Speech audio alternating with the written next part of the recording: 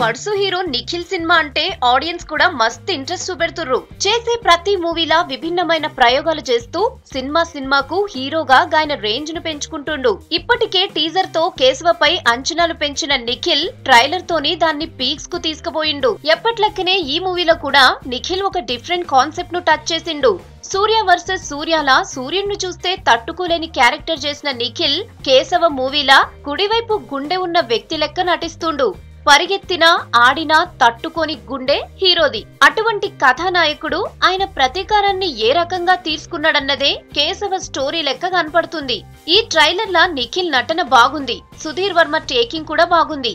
ఏమైనా different concepts తోని audience ను అట్రాక్ట్ చేస్తున్న నిఖిల్ ఇప్పుడు కేశవ మూవీతో మరో సక్సెస్ ను అందుకుంటాడా లేదా అన్నది చూడాలే. అటు ప్రేమంతో మంచి సక్సెస్ ను అందుకున్న నాగ చైతన్య ఇప్పుడు సోగ్గాడే చిన్ని నాయన ఫేమ్ కళ్యాణ్ కృష్ణ డైరెక్షన్ లా రారండోయ్ వేడుక చూద్దాం సినిమా చేసిండు. రీసెంట్ గా రిలీజ్ అయిన ఈ ట్రైలర్ చూస్తుంటే మొండితనమున్న అమ్మాయి చిలిపితనమున్న అబ్బాయి ప్రేమించుకునుడు, పెద్దలు వద్దనుడు, ఆ తర్వాత హీరోయిన్ తండ్రి విలనవ్వుడు, హీరో ఫైట్ చేసి హీరోయిన్ ను పెళ్లి చేసుకునుడు వంటి రొటీన్ ఫార్ములాతోనే ఈ సినిమా తీసినట్టు కనపడుతుంది. కథ పాతదే అయినా ఈ మూవీని కళ్యాణ్ కృష్ణ ఏ రకంగా ప్రెజెంట్ చేస్తాడన్నది ఆసక్తికరంగా ఉంది.